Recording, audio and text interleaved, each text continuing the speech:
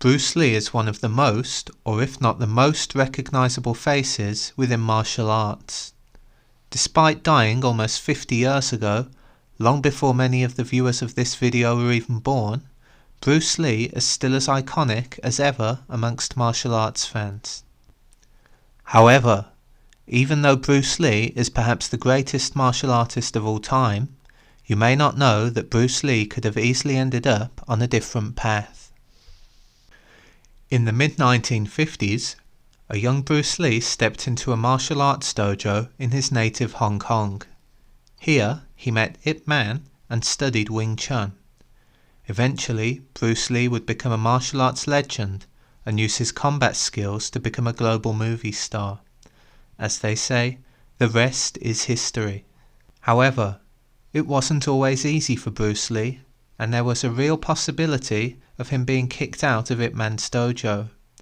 The reason for this was based on jealousy and racism, as will be discussed later in the video. There were two main reasons why Ip Man's students wanted Bruce Lee ousted from his gym. The first reason was that Bruce Lee progressed quicker than other students. Imagine training Wing Chun for years, then within months a young teenager comes and overtakes you. Obviously, this would be hard for your ego to take, and because of this, many of Ip Man's students despised Bruce Lee, which was purely out of jealousy. The second reason was down to racism. At the time, it was revealed that Bruce Lee had German ancestry on his mother's side. Even to this day, a lot of people are not aware of this fact and do not know that Bruce Lee is 1/4 white and 3/4 Asian. At the time, many of the students believed that Kung Fu and Wing Chun in particular should be taught exclusively to the Chinese.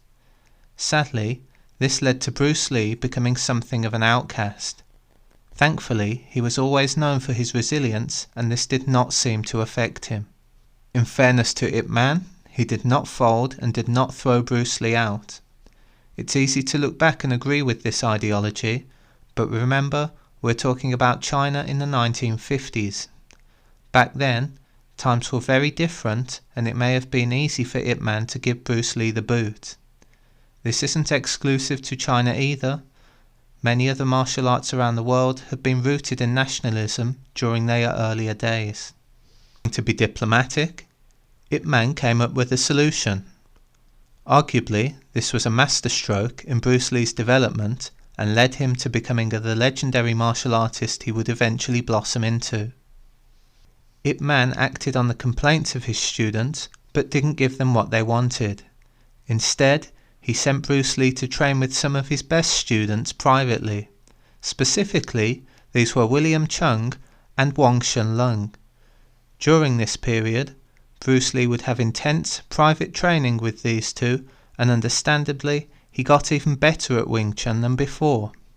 In one of his memoirs, Bruce Lee even wrote that Wong was the one to teach him Kung Fu. So, even though he was effectively banished from the mainstream classes in Ip Man's gym, it worked out for the best. During his lifetime, Bruce Lee would remain close with both William Cheung and Wong Shun Lung. Away from the main dojo, Bruce Lee was eventually allowed to return.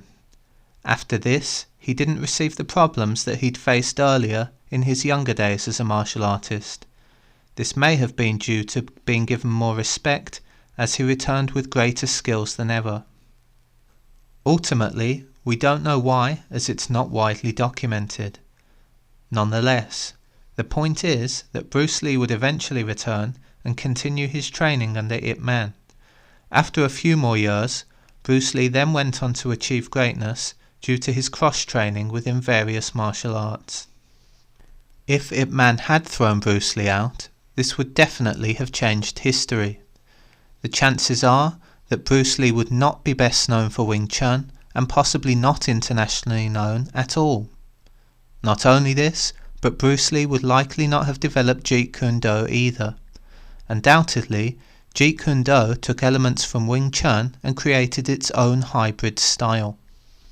In other words, the two martial arts would have been completely different, or at the very least, far less popular.